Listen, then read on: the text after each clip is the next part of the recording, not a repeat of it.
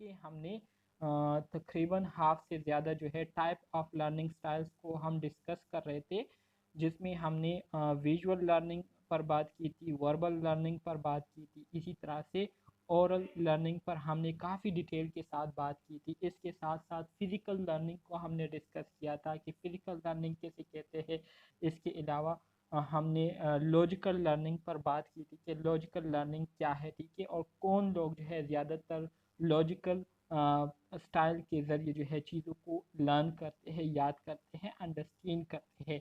इसके बाद social learning को हमने डिस्कस किया था, जिसमें मैंने आपको बताया था कि सोशल लर्निंग से मुराद ये है कि इसमें ज़्यादातर वो लोग होते हैं जो कि दूसरे लोगों के साथ इंटरेक्शन करते हैं, दूसरे लोगों के साथ उनका रोज़मर्रा की ज़िंदगी में इंटरेक्शन होता है, आमना सामना होता है, और इसी तरह से एक दूसरे के साथ वो बातचीत करते हैं। तो उसी बातचीत के ज़रिए वो लोग क्या करते हैं, लर्न करते हैं, चीज़ों को अंडरस्टैंड करते हैं। अब हम बात करेंगे सोलिटरी लर्निंग के हवाले से कि व्हाट इज़ सोलिटरी लर्निंग या इंटरपर्सनल लर्निंग। सोलिटरी लर्निंग किसे कहते हैं या इंटरपर्सनल लर्निंग से क्या मुराद है।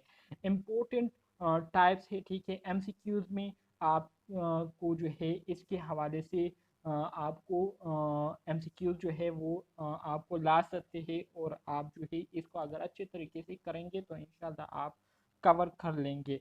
सोलिटरी लर्निंग से मुराद ये है कि the solitary learner prefer to learn alone and through self study. Solitary learning से मुराद ये है कि इसमें हमारे साथ ज़्यादातर वो लोग होते हैं जिनको लर्निंग या जो कि स्टडी करते हैं तो ज़्यादातर वो अकेले रहना पसंद करते हैं, और स्टडी के लिए वो अकेले रूम में रहना पसंद करते हैं, और खामोशी और सेल्फ स्टडी के ज़रिए वो चीज़ों को बेहतर तरीके से क्या करते हैं, लर्न करते हैं। तो इसको हम क्या कहते हैं, इसको हम सोलिटरी लर्निंग स्टाइल कहते हैं। यहाँ पर एमसीक्यूज के हवाले से इम्पोर्टेंट पॉइंट मैं आपको मेंशन करना चाहता हूँ। इससे पहले हमने सोशल लर्निंग के हवाले से बात की थी, जिसमें मैंने आपको बताया था कि सोशल लर्निंग को आप जो है इंटरपर्सनल लर्निंग भी कह सकते हैं। यहाँ पर सोलिटरी लर्निंग है, सोलिटरी लर्निंग को आप इंट्रापर्सनल लर्निंग जो है कह सकते हैं। इंटर और इंट्रापर्सनल में ज़्यादातर स्टूडेंट जो है अक्सर औकात कंफ्यूज हो जाते हैं, तो इसमें आपने कंफ्यूज नहीं होना है, और गौर से कंसंट्रेशन के साथ आपने जो है एमसीक्यूज को रीड आउट करने होंगे, तभी आप बेहतर तरीके से अपने पेपर्स को कर सकेंगे।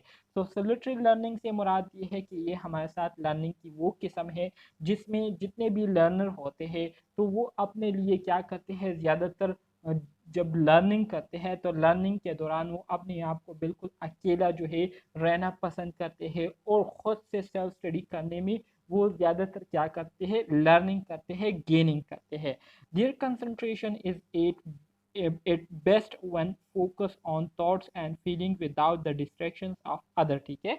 इसी तरह से जाहिर बात है, जब आप अकेले होंगे, ठीक है, जब आपके आसपास आपको डिस्टर्ब करने के लिए लोग नहीं होंगे, तो इसी वजह से फिर आप अपने ख्यालात पर, अपने जो जज्बात है उस पर आपकी जो कंसंट्रेशन है वो अच्छी तरीके से होगी, और आप अच्छी तरीके से चीज़ों को अंडरस्टैंड करेंगे।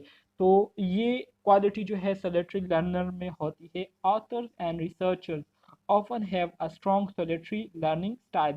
इसी तरह से जो ऑथर्स और रिसर्चर्स होते हैं, ऑथर से मुराद जो मुसन्निफ होते हैं, जो लिखाई करते हैं, किताबों को लिखते हैं, स्टोरीज वगैरह लिखते हैं, तो ये लोग ज़्यादातर क्या करते हैं, सोलिटरी लर्निंग करते हैं। इसके साथ साथ जो रिसर्चर्स होते हैं जो कि मुख्तलिफ चीज़ों पर रिसर्च करते हैं, तो ये लोग जो है ज़्यादा सोलिटरी लर्निंग स्टाइल को क्या करते हैं, यूज़ करते हैं। मज़ीद आगे बढ़ते हैं, इसके एट्रीब्यूट्स ऑफ सोशल लर्नर या सोलिटरी लर्नर, ठीक है, इसको सोलिटरी लर्नर कहते हैं, सोशल नहीं। कीप अ जर्नल, ठीक है, मतलब अपनी जर्नल लिखते हैं। इसके साथ साथ राइट अबाउट पर्सनल एक्सपीरियंस, अपने जो ज़ाती ख्यालात होते हैं, ज़ाती तौर पर इन्होंने जो एक्सपीरियंस किया होता है, इन पर जो गुजरी हुई होती है, जिसको हम ऑटोबायोग्राफी भी कहते हैं, ठीक है। तो ये लोग जो है अपने बारे में अक्सर औकात लिखाई करते हैं। थिंक अबाउट एंड प्लान, चीज़ों के बारे में सोचते हैं, उन चीज़ों के बारे में प्लानिंग करते हैं। इसके अलावा ज़्यादातर बुक्स को रीड करते हैं, और सेल्फ स्टडी करना जो है इनकी क्या होती है, मेजर करेक्टरिस्टिक्स में आती है। तो ये सारी चीज़ें जो है आपको सोलिटरी लर्नर या इंट्रापर्सनल लर्नर में देखने को मिलेगी। सही है। अब which type of learning you are, अगर आपको याद हो तो कल मैंने आपको बताया था कि आप लोगों ने मुझे अपने लर्निंग स्टाइल के बारे में बताना है। तो चले मैं अभी आप स्टूडेंट से पूछ लेता हूँ, मतलब वो कौन सी कंडीशन है जिसमें हम बेहतर तरीके से चीज़ों को अंडरस्टैंड करते हैं और चीज़ों को समझ लेते हैं। तो ये दो वजूहात है जिसके बेस पर मैंने आपको ये असाइनमेंट दिया था, और माशाल्लाह से आप सब स्टूडेंट ने बहुत अच्छे तरीके से अपनी लर्निंग स्टाइल को एक्सप्लेन किया। Which type of learner you are, तो इसमें आपके विजुअल आते हैं, जैसे कि फरहानाज ने कहा कि मैं चीज़ों को जब एक बार देख लेती हूँ उसका अपने माइंड में जो है नक्शा बना लेती हूँ, और फिर इसी तरह से मैं चीज़ों को लिख कर उसको याद करती हूँ, तो बेहतर तरीके से मुझे वो चीज़ें फिर याद रहती हैं। तो विजुअल लर्निंग, इसी तरह से ओरल लर्निंग, जैसे कि आप लोग जो है मेरी आवाज़ सुन रहे हैं, मैं आपको जो है मुख्तलिफ चीज़ों के हवाले से बता रहा हूँ और आप जो है उसको थोड़ा बहुत अंडरस्टैंड करने की कोशिश कर रहे हैं, तो इसको हम ओरल लर्निंग कहते हैं। वर्बल लर्निंग, आप लोग सुन रहे हैं तो सुनने के ज़रिए आप लर्न कर रहे हैं, इसको ओरल कहते हैं। वर्बल से मुराद ये है कि मैं आप स्टूडेंट्स को अभी पढ़ा रहा हूँ, ठीक है, आप लोगों को जो है मुख्तलिफ टॉपिक के हवाले से समझाने की कोशिश कर रहा हूँ, और इसके साथ साथ अगर आप भी उसी टॉपिक को मेरे साथ डिस्कस करें, उसमें मुख्तलिफ प्रॉब्लम को आप मेरे साथ डिस्कस कर रहे हो, तो इसका मतलब ये है कि आप वर्बल लर्निंग के ज़रिए क्या कर रहे हैं, चीज़ों को अंडरस्टैंड करने की कोशिश कर रहे हैं। इसी तरह से फिजिकल लर्निंग में आप चीज़ों को क्या करते हैं, प्रैक्टिकली एक्ट करते हैं, तो इसको हम फिजिकल लर्निंग कहते हैं, ठीक है। लॉजिकल लर्निंग से मुराद ये है कि किसी का कोई क्वेश्चन है, आवाज़ आपकी सही नहीं आ रही, काइंडली अगर कोई क्वेश्चन है तो पहले माइक को स्पीक करें, फिर आप या अपने सिग्नल्स देके ताकि आपकी आवाज़ क्लियर हो जाए, तो आप फिर क्वेश्चन कर सकते हैं। अच्छा जी, सोशल लर्निंग से मुराद ये है कि लोगों के साथ मिलजुल कर बैठ जाना और फिर मुख्तलिफ चीज़ों पर डिस्कशन करना, बहस मुबाहिसा करना, इसको सोशल कहते हैं। सॉलिटरी से मुराद ये है कि खुद से अकेले बैठकर चीज़ों को खुद जो है स्टडी करना, सेल्फ स्टडी करना, ये सॉलिटरी है, ठीक है। तो ये आपके पास क्या है सर, समझ आ गई है, कोई क्वेश्चन नहीं? Okay good, thank you. तो हमारे साथ लर्निंग के कितने टाइप्स है, 1, 2, 3, 4, 5, 6, 7। तो एमसीक्यूज में आ सकता है, इसलिए मैंने आपको यहाँ पर मेंशन कर लिया कि यहाँ पर जो लर्निंग के टाइप्स आपको बताए गए हैं, तो वो हमारे साथ 7 लर्निंग टाइप्स है, ठीक है। प्रॉब्लम सॉल्विंग की तरफ आ जाते हैं। सिग्निफिकेंस से मुराद अहमियत। Problem solving is a vital element of the curriculum, enables students to use their newly acquired knowledge in meaningful way in real life activities and assist them in working at higher level of thinking. It presupposes that students can take on some of the responsibilities for their own learning, can take personal action to solve problems, resolve conflict, discuss alternatives, and focus on thinking. Problem solving की अहमियत के हवाले से अगर हम बात करें, तो प्रॉब्लम सॉल्विंग मसाइल को हल करना, इसकी बहुत ज़्यादा अहमियत है। जब आप प्रॉब्लम्स को सॉल्व करते हैं, तो प्रॉब्लम को सॉल्व करते करते आपके माइंड में नए नए आइडियाज़ आते हैं, और उन आइडियाज़ से रिलेटेड आपके माइंड में नॉलेज जो है वो क्या होती है, वो इंक्रीज़ होती है, और इसी तरह से आप एक मीनिंगफुल वे में बेहतर तरीके से, इफ़ेक्टिव तरीके से अपनी जो रोज़मर्रा की ज़िंदगी के जो प्रॉब्लम है उसको आप फिर सॉल्व कर लेते हैं, और इसी तरह से फिर अपने जो प्रॉब्लम है उसको फिर आप खुद सॉल्व करने के काबिल हो जाते हैं। इसके अलावा जब आप प्रॉब्लम्स को सॉल्व करते हैं, तो प्रॉब्लम को सॉल्व करने की वजह से आप में एक सेंस ऑफ रिस्पॉन्सिबिलिटी पैदा होती है, मतलब आप जो है फिर मुख्तलिफ़ किस्म के जो मसाइल है उसको हल करना अपनी ज़िम्मेदारी समझने लगते हैं, और इसी तरह से आप फिर अपनी ज़िंदगी में बहुत कुछ सीखना शुरू कर लेते हैं। इसके साथ साथ प्रॉब्लम को सॉल्व करते हुए जब आप प्रॉब्लम को सॉल्व करते हैं तो इसमें आप बज़ाते खुद जो है वो इन्वॉल्व होते हैं। तो इसी वजह से ज़्यादा कुछ सीखने को मिलता है। इसके ज़रिए हम मुख्तलिफ़ किस्म के जो कन्फ्लिक्ट होते हैं, ठीक है, मतलब एक चीज़ पर दो लोगों के दरमियान क्या हो, बेस चिड़ी हुई हो, तो इसको हम कन्फ्लिक्ट कहते हैं, ठीक है। तो उन कन्फ्लिक्ट को हम सॉल्व कर सकते हैं। इसी तरह से मुख्तलिफ सोल्यूशन, अल्टरनेटिव से मुराद मुख्तलिफ सोल्यूशन जो है उसको हम डिस्कस कर सकते हैं और उस पर हम सोच विचार कर सकते हैं, थिंकिंग कर सकते हैं। तो ये वो इम्पोर्टेंस है प्रॉब्लम सॉल्विंग की, प्रॉब्लम को सॉल्व करने की, ठीक है, जो कि मैंने आपको बताई। अब हम बात करेंगे प्रॉब्लम की। प्रॉब्लम किसे कहते हैं? प्रॉब्लम की अगर हम लफ्जी मायने को देखें तो प्रॉब्लम से मुराद मसाइल या मसला, ठीक है, या कोई भी ऐसी कंडीशन जिसकी वजह से आप जो है क्या हो जाए, डिस्टर्ब हो जाए, आप जो है स्ट्रेस का शिकार हो जाए, आप परेशानी का शिकार हो जाए, तो इसको हम क्या कहते हैं? प्रॉब्लम कहते हैं। Any situation where you have an opportunity to make a difference and to make thing better is called problem. कोई भी ऐसी सिचुएशन जहां पर आपके पास ये मौका मौजूद हो कि आप उस सिचुएशन की वजह से चीज़ों को क्या करें, डिफरेंट करें, चीज़ों को मुख्तलिफ करें और इसी तरह से उसको बेहतर से बेहतर बनाने की कोशिश करें, तो इस सिचुएशन को हम क्या कहते हैं? प्रॉब्लम कहते हैं। या a problem arises when we need to overcome some obstacle in order to get from our current state to a desired state is called problem. कहते हैं कि प्रॉब्लम मसाइल जो है ये तब पैदा होते हैं जब हम क्या करते हैं, जब हम अपनी ज़िंदगी, अपने मौजूदा ज़िंदगी में या अपने रोज़मर्रा की ज़िंदगी में, हमारे ज़िंदगी में जो कुछ ऑब्स्टिकल्स आते हैं, कुछ रुकावटें आती है, तो उन रुकावटों को कम करने के लिए जब हम क्या करते हैं, अपने मौजूदा स्टेट को चेंज करके अपनी जो कंडीशन हम चाहते हैं, हम जो चाहते हैं कि इस तरह से हम रहे या हमारा ये मसला जो है हल हो जाए, तो उस स्टेट तक पहुंचने के लिए हम जो कोशिशें करते हैं, तो इसकी वजह से जो कंडीशन अराइज होती है उसको हम क्या कहते हैं? प्रॉब्लम कहते हैं, ठीक है। सिंपल अल्फाज में प्रॉब्लम से मुराद ये है कि कोई भी ऐसी सिचुएशन, कोई भी ऐसी कंडीशन, कोई भी ऐसी हालत जिसकी वजह से आप परेशानी का शिकार हो जाए, आप डिस्टर्बेंस का शिकार हो जाए, या आपके रोज़मर्रा के जो एक्टिविटीज़ है उसमें रुकावट आ जाए, उसमें डिफ़िकल्टी आपको दरपेश आ जाए, तो ऐसी कंडीशन को हम क्या कहेंगे? प्रॉब्लम कहेंगे। प्रॉब्लम सॉल्विंग किसे कहते हैं?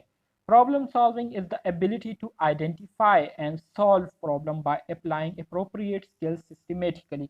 प्रॉब्लम सॉल्विंग ये असल में किसी भी शख्स की वो एबिलिटी, किसी भी शख्स की वो सलाहियत जिसमें सबसे पहले वो प्रॉब्लम्स को, मसाइल्स को आइडेंटिफाई करते हैं, पहचानते हैं, और फिर उन मसाइल्स को हल करने के लिए क्या करते हैं, उसके लिए मुख्तलिफ इकदामात उठाते हैं और अपने जो स्किल्स है, अपने जो फ़न है, उसको बेहतर तरीके से यूज़ करते हुए उन मसाइल्स को हल करते हैं। तो इस एबिलिटी को क्या कहते हैं? इस सलाहियत को प्रॉब्लम सॉल्विंग कहते हैं, ठीक है। Problem solving is the process that an organism implements in order to try to get from the current state to a desired state। वही बात है जो कि मैंने आपको अभी स्टार्ट में बताई थी कि प्रॉब्लम सॉल्विंग ये असल में एक ऐसा अमल होता है, एक ऐसा प्रोसेस होता है जिसके ज़रिए क्या होता है, जिसके दौरान ऑर्गेनिज्म क्या करते हैं, ऑर्गेनिज्म कुछ ऐसे इक़दामात करते हैं, कुछ ऐसे स्टेप्स जो है वो फॉलो करते हैं जिसके ज़रिए वो अपनी जो मौजूदा कंडीशन होती है, मतलब जिस प्रॉब्लम में वो मुब्तला हुए होते हैं, तो उस मौजूदा कंडीशन से अपने आप को निकालने की कोशिश करते हैं और एक स्टेबल कंडीशन की तरफ मूव करते हैं। तो इस अमल को हम क्या कहते हैं? इस प्रोसेस को हम प्रॉब्लम सॉल्विंग कहते हैं। Three basic function of problem solving. Problem solving के हमारे साथ तीन बुनियादी फंक्शन है। फंक्शन से मुराद मतलब तीन बुनियादी खसूसियात है, जिसमें पहले नंबर पर seeking information, generating new knowledge and making decision. ज़ाहिरी बात है, जब आपके लाइफ में कोई प्रॉब्लम आ जाए तो उन प्रॉब्लम्स को सॉल्व करने के लिए फिर आप क्या करते हैं? उन प्रॉब्लम को सबसे पहले आप आइडेंटिफाई करने की कोशिश करते हैं, आप उसको समझने की कोशिश करते हैं कि जो मसला मुझे दरपेश आया है या जिस मसले को मैं फेस कर रही हूँ, आखिर ये क्या मसला है, ठीक है, किस वजह से ये मसला जो है दरपेश आया है, क्यों दरपेश आया है। तो उसके हवाले से आप मुख्तलिफ सोर्सेज से इंफॉर्मेशन गैदर करते हैं, जमा करते हैं। तो इसी वजह से पहला खसूसियत प्रॉब्लम सॉल्विंग का ये है, मसलों को हल करने का पहला फ़ायदा ये होता है कि जब आप मसलों को हल करते हैं तो उन मसलों को हल करने के साथ साथ आपको उन मसाइल के हवाले से नॉलेज इंफॉर्मेशन जो है आपके पास आ जाती है। इसी तरह से जनरेटिंग न्यू नॉलेज, इसी तरह से कुछ मसले ऐसे होते हैं जिसको अंडरस्टैंड करने के लिए, जिसको समझने के लिए, सॉल्व करने के लिए आपको फिर नए नई चीज़ें देखनी होती है और फिर नई नई चीज़ों को आपने जो है अंडरस्टैंड करना होता है। तो दूसरा फंक्शन प्रॉब्लम सॉल्विंग का ये है कि इसके ज़रिए आपके माइंड में नई नॉलेज जो है वो जन्म लेने लगती है और आपकी जो नॉलेज है उसमें इम्प्रूवमेंट आ जाती है। तीसरा फंक्शन इसका ये है कि जब आपके पास नॉलेज आती है, आपके पास इंफॉर्मेशन आती है, तो फिर आप हर एक एंगल से प्रॉब्लम को अंडरस्टैंड कर लेते हैं और फिर आप इस काबिल हो जाते हैं कि फिर आप डिसीजन करने लगते हैं उन मसाइल के हवाले से। तो ये तीन बुनियादी फंक्शन थे प्रॉब्लम सॉल्विंग के, जो कि मैंने आप स्टूडेंट्स के साथ शेयर किए। 5 stages model of problem solving, MCQs के हवाले से सर ये भी ये इम्पोर्टेंट प्रॉब्लम है। सॉल्विंग, जी जी। सर प्रॉब्लम सॉल्विंग की आपने दो डेफिनेशन बताई हैं, एक जॉबर बुक की लिखा हुआ है हम्म। पिछली स्लाइड में ये, सर इन्होंने ऊपर वाली डेफिनेशन दी है या फिर ये नीचे वाली? ये जोबर वो की जो थे जैबर इन, बुक की। हाँ जेबर विकी, इन्होंने जो है ऊपर वाले हम्म। डिफिनीशन आपको दी है, ठीक है। मतलब किसी भी शख्स की ठीक है वो सर। सलाहियत जिसमें वो प्रॉब्लम को सबसे पहले आइडेंटिफाई करे कि क्या मसला है, ठीक है, क्यों पेश आया हुआ है, और फिर उस प्रॉब्लम को सॉल्व करने के लिए वो अप्रोप्रिएट स्किल्स को, अप्रोप्रिएट मेथड्स को यूज़ करते हुए क्या करे, उन मसाइल को हल करे। तो इस एबिलिटी को हम क्या कहते हैं, प्रॉब्लम सॉल्विंग ओके कहते सर, थैंक यू। हैं। Okay, good. Okay sir, thank you. अब आ जाते हैं 5 stages model of problem solving की तरफ। हमारे साथ प्रॉब्लम सॉल्विंग के 5 स्टेजेस हैं। एमसीक्यूज में आपसे पूछ सकते हैं कि how many stages of problem solving या मॉडल ऑफ प्रॉब्लम सॉल्विंग। तो मॉडल ऑफ प्रॉब्लम सॉल्विंग के हमारे साथ 5 स्टेजेस है, ठीक है। Number, okay, here is 5 stages model that most students can easily memorize and put into action, which has direct application to many areas of everyday life to solve their problem. कहते हैं कि हमारे साथ model of problem solving के 5 stages है, जिसको ज़्यादातर student जो है इसको आसानी से याद कर सकते हैं, इसको अपने रोज़मर्रा की ज़िंदगी में शामिल कर सकते हैं और अपने रोज़मर्रा की ज़िंदगी में उनको जितने भी प्रॉब्लम दरपेश आते हैं तो उसको इन 5 stages model of problem solving के ज़रिए आसानी से हल कर सकते हैं। इसमें पहला हमारे साथ जो स्टेज है मॉडल ऑफ प्रॉब्लम सॉल्विंग का, वो क्या है, डिफाइन प्रॉब्लम। डिफाइन प्रॉब्लम से मुराद ये है कि सबसे पहले आपने प्रॉब्लम को आइडेंटिफाई करना होगा। आपने सबसे पहले इस चीज़ को मालूम करना होगा कि जो काम मैं कर रहा हूँ और उस काम को करने में मुझे जो दुश्वारी पेश आ रही है या जो रुकावटें पेश आ रही है, तो जो ये रुकावटें जो है, ये बैरियर्स जो है, ये कहाँ से आ रही है और क्यों आ रही है। आया मैं जो स्टेप्स फॉलो कर रहा हूँ एक टास्क को कंप्लीट करने के लिए, तो आया क्या मेरे स्टेप्स जो है वो गलत है या मैं सही सीक्वेंस के साथ उन स्टेप्स को फॉलो नहीं कर रही, जिसकी वजह से मुझे ये रुकावटें दरपेश आ रही है। तो पहला काम प्रॉब्लम को हल करने के लिए ये होता है कि आपने उस प्रॉब्लम को समझना होता है, उस मसले को आपने अंडरस्टैंड करना होता है कि क्या मसला है, क्यों पैदा हुआ है, किस वजह से पैदा हुआ है, कैसे इसको हम हल कर सकते हैं। तो इसको कहते हैं डिफाइन प्रॉब्लम, ठीक है। इसके बाद फिर हमारे साथ दूसरा स्टेज आता है एनालाइज प्रॉब्लम और काज, मतलब प्रॉब्लम के हवाले से आपने क्या करनी होगी, सोच विचार करनी होगी, उस पर आपने एनालिसिस करनी होगी कि जो प्रॉब्लम दरपेश आया हुआ है इसके पीछे क्या वजूहात है और इस प्रॉब्लम की वजह से मुझे कौन से मज़ीद मसाइल जो है वो पेश करने दरपेश मतलब आ सकते हैं, मुझे फेस करने पढ़ सकते हैं। तो ये हमारे साथ दूसरा स्टेज है जिसमें हम प्रॉब्लम के जो काजेज होते हैं उसके बारे में जानने की कोशिश करते हैं। जब हम काजेज को भी जान लेते हैं तो तीसरा स्टेज हमारे साथ डेवलप प्लान होता है, जिसमें हम प्लानिंग करते हैं कि अच्छा प्रॉब्लम भी मुझे पता चल गया कि मसला क्या है, अब किस वजह से ये प्रॉब्लम काज हुआ है इसके बारे में भी अब मुझे पता चल गया है। अब मैंने क्या करना है, अब इसके लिए मैंने प्लानिंग करनी है कि इस प्रॉब्लम को मैं किस तरह से हल करूँगा, कौन से मेथड्स के ज़रिए जो है इस प्रॉब्लम को बेहतर तरीके से हल कर सकता हूँ। तो ये हम तीसरे स्टेज में करते हैं जिसको हम डेवलप प्लान कहते हैं या जनरेटिंग पॉसिबल सोल्यूशन। चौथा जो स्टेज है वो हमारे साथ है इम्प्लीमेंट एंड मॉनिटर प्लान। मतलब आपने जो प्लानिंग की होती है तो उस प्लानिंग पर आपने फिर प्रैक्टिकली काम करना होता है, और प्रैक्टिकली काम करने के बाद फिर आपको उसको ऑब्जर्व करना होता है, मॉनिटर करना होता है, देखना होता है कि आया मेरे जो प्लानिंग है वो काम कर रही है या नहीं, उससे मेरे जो प्रॉब्लम है वो हल हो रहे हैं या नहीं। और जो आखिरी स्टेज है वो है इवॉल्वेट द प्लान। मतलब ये है कि जो प्लानिंग आपने की थी और उस प्लानिंग पर अमल करने के बाद आखिर में आपने देखना होता है कि मैंने जो प्लानिंग की थी और जिस तरह से मैंने उस प्लानिंग के मुताबिक काम किया तो आया उससे मेरा जो ऑब्जेक्टिव था, जो मकसद था वो पूरा हो गया है या नहीं, मेरा जो मसला था वो हल हो गया है या नहीं।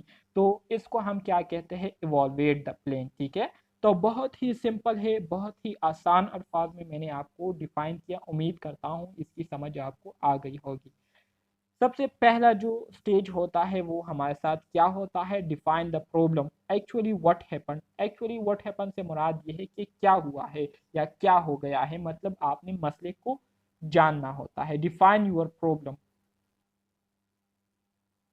क्या कह रही है फरानाज, सेम नर्सिंग, बिल्कुल यही मैं भी कहने वाला था कि सेम नर्सिंग प्रोसेस की तरह ही है, बिल्कुल सेम नर्सिंग प्रोसेस की तरह ही है। नर्सिंग प्रोसेस में भी हमारे साथ 5 स्टेप्स होते हैं और यहाँ पर प्रॉब्लम सॉल्विंग में भी हमारे साथ 5 स्टेप्स है। ठीक है, लेकिन नर्सिंग प्रोसेस में सबसे जो पहला स्टेप होता है वो असेसमेंट होता है। ठीक है, असेसमेंट में भी हम प्रॉब्लम को आइडेंटिफाई करने की कोशिश करते हैं और यहाँ पर भी हम क्या करते हैं, प्रॉब्लम को आइडेंटिफाई करने की कोशिश करते हैं। So define your problem or the situation which has caused uncertainty। सबसे पहले आपने अपने मसले को जानना होता है या उन सिचुएशंस को आपने जानना होता है जिसकी वजह से ये अनसर्टेनिटी, ये परेशानी, ये रुकावटें आपको दरपेश आई है। Diagnose the situation so that your focus is on the cause of the problem, not just a symptom। ठीक है, इसमें आपने क्या करना होता है, इसमें आपने अपने जो सिचुएशन है जिसकी वजह से आप मसाइल से दो चार हुए हैं तो उन सिचुएशन को आपने मालूम करना होता है ताकि आपको प्रॉब्लम की जो वजूहात है उसके बारे में पता चले और आपका जो फोकस है वो ना सिर्फ सैम्पटम पर हो, मसाइल के जो अलामात है उस पर हो, बल्कि मसाइल की जो वजूहात है उस पर भी हो। ठीक है, student need to be aware of any barrier और constraint that may be preventing them from achieving their goal. तो इसीलिए तमाम स्टूडेंट्स को चाहिए कि वो ऐसे बैरियर्स, ऐसी चीज़ों के बारे में उनको पता हो जिसकी वजह से वो अपने मकासद से दूर हो सकते हो। जैसे कि स्टूडेंट्स के लिए सबसे बड़ा जो बैरियर है आजकल के ज़माने में वो क्या है, वो सेल फ़ोन है, मोबाइल्स है। मतलब जो 10th क्लास के स्टूडेंट होते हैं, जो फर्स्ट ईयर सेकेंड ईयर के स्टूडेंट्स होते हैं, तो इनके लिए सबसे बड़ा मसला क्या है, मोबाइल का यूज़ है। ठीक है, क्योंकि इनके मतलब फर्स्ट ईयर सेकेंड ईयर में मोबाइल का इतना इस्तेमाल ज़रूरी नहीं होता, बल्कि वहाँ पर जो है सिर्फ किताबों को ही पढ़ना होता है और किताबें जो है वो ही फ़ायदेमंद होती है। तो उनके लिए सबसे बड़ा मसला और जो दुश्वारी है वो मोबाइल का इस्तेमाल है जिसकी वजह से उनको प्रॉब्लम आ सकते हैं और वो अपने मकासद से दूर हो सकते हैं। इसी तरह से हमारे साथ जो दूसरा स्टेज है वो है analyse the cause. Analyse the cause से मुराद ये है कि किस वजह से काज हुआ है, हाउ मतलब कैसे ये मसला पेश आया, वेयर कहाँ से ये मसला जो है पेश आया है, व्हेन कब ये मसला जो है पेश आया, हूँ किसके साथ ये मसला पेश आया। तो ये 5 क्वेश्चन जो है इसको भी आप सॉल्विंग मॉडल के स्टेज 2 के बारे में बात कर रहे थे, जिसमें एनालाइज द काज, मतलब एनालाइज द काज से मुराद ये है कि जो मसला काज हुआ है, जो मसला दरपेश आया हुआ है। सर मैंने ये पूछना पूछ के हम लोग अभी थर्ड यूनिट ही कंप्लीट कर रहे हैं ना? जी जी, थर्ड यूनिट ही है।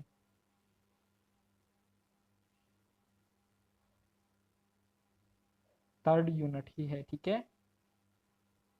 सर थर्ड यूनिट में हमारे पास और मॉडल्स नहीं आने थे, जैसे वो एडवर्ड एंड वो और आएंगे, भी थे, मतलब वो बिहेवियर थ्योरी थी आएंगे, इसमें, आएंगे, कॉग्निटिव थी, ये वाली इसमें नहीं आगे थ्योरीज आएंगे, आएंगे, आनी वो नेक्स्ट यूनिट में है, वो लर्निंग भी थ्योरी आएंगे। में? ब्लूम टेक्सोनोमी मॉडल है, सारे मॉडल है, वो आगे यूनिट्स में आने वाले हैं, ठीक है।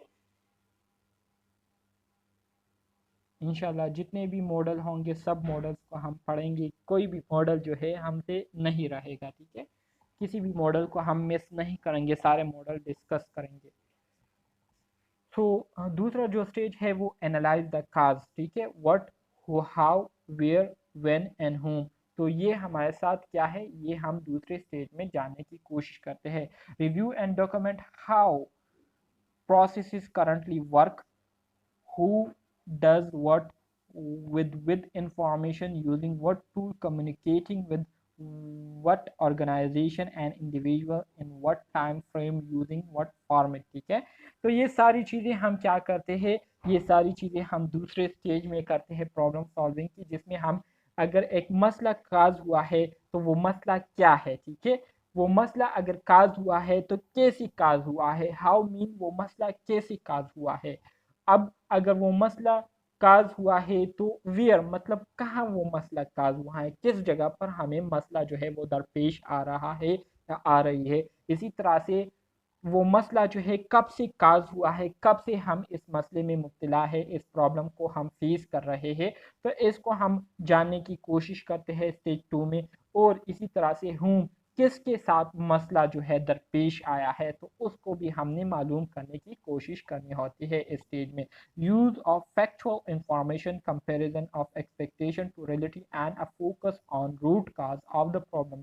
इसमें हम जो असल इंफॉर्मेशन होती है, जो हकीकत होती है, तो उसी को हम बरूह कार लाते हुए हम क्या करते हैं, हमारी जो एक्सपेक्टेशन होती है, हमारे माइंड में जो बातें चल रही होती है, तो उसको रियलिटी के साथ कंपेयर करते हैं कि आया अगर हम इन आइडियाज़ को फॉलो करें तो इससे हमारे मसले सॉल्व हो सकते हैं या नहीं।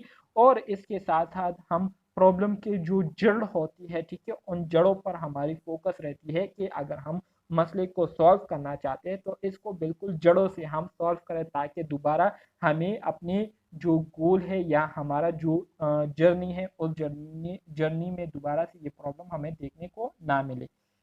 तीसरा जो स्टेज है वो हमारे साथ डेवलप द प्लान। इसमें हम क्या करते हैं, मल्टीपल स्ट्रेटजीज और आइडियाज को जनरेट करते हैं, क्रिएट करते हैं, ठीक है। स्ट्रेटजीज से मुराद मल्टीपल तौर तरीके या मेथड जो है उसको हम क्या करते हैं, पहले से प्लान करते हैं। अगर एक मेथड काम ना करे तो दूसरे मेथड को फॉलो करेंगे, दूसरा ना करे तो तीसरे को फॉलो करेंगे, ठीक है।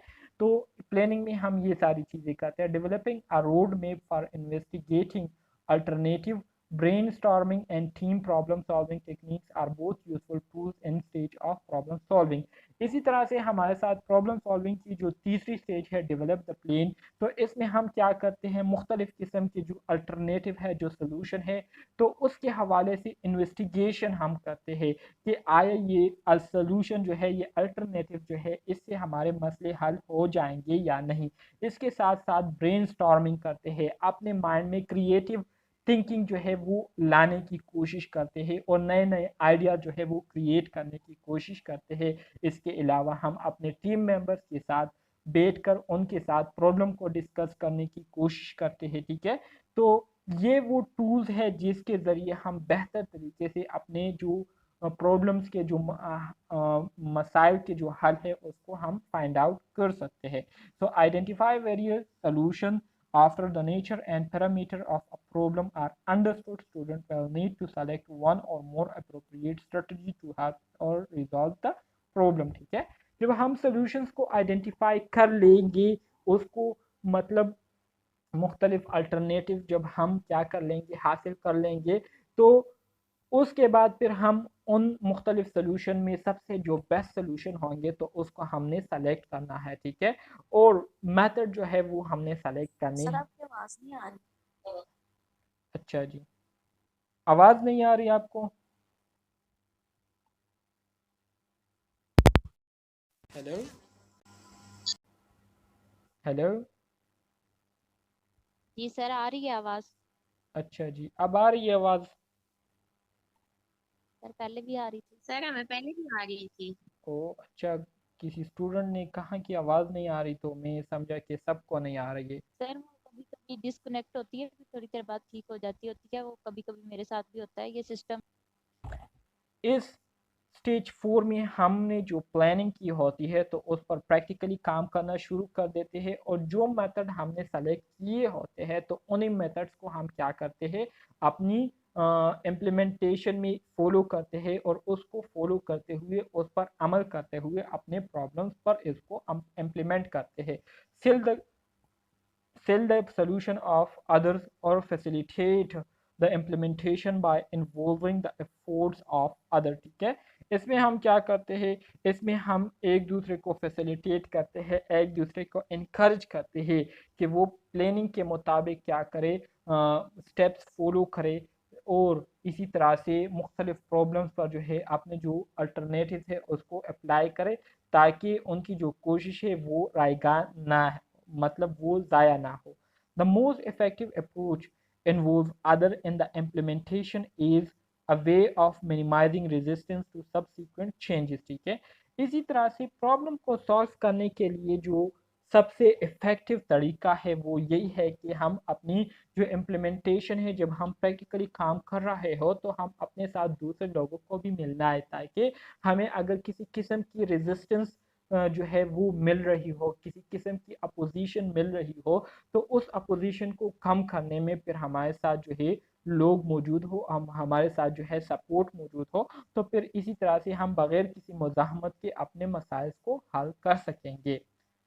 इसी तरह से जो पांचवा स्टेज है जो कि हमारे साथ लास्ट स्टेज है, तो वो क्या है, इवॉल्वेट द प्लान। इवॉल्वेट द रिजल्ट, इसमें हम अपनी जो प्लानिंग है उसकी इवॉल्वेशन करते हैं, उसका जायज़ा लेते हैं कि आया हमने जो प्लानिंग की थी उस प्लानिंग के मुताबिक जितना भी काम किया, आया उससे हमें फ़ायदा पहुंचा है या नहीं। तो इसको जानने के लिए हम क्या करते हैं, इवॉल्वेशन करते हैं।